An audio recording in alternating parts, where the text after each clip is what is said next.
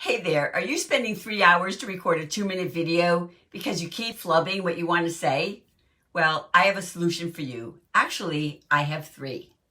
Number 1, record one line at a time. That makes it easy to remember what you want to say and re-record if you make a mistake. Number 2, record in one clip, but stop and pause whenever you make a mistake. Then pick up right before the error and continue from there. Clapping your hands at the mistake point makes it easier to fix in the editing process.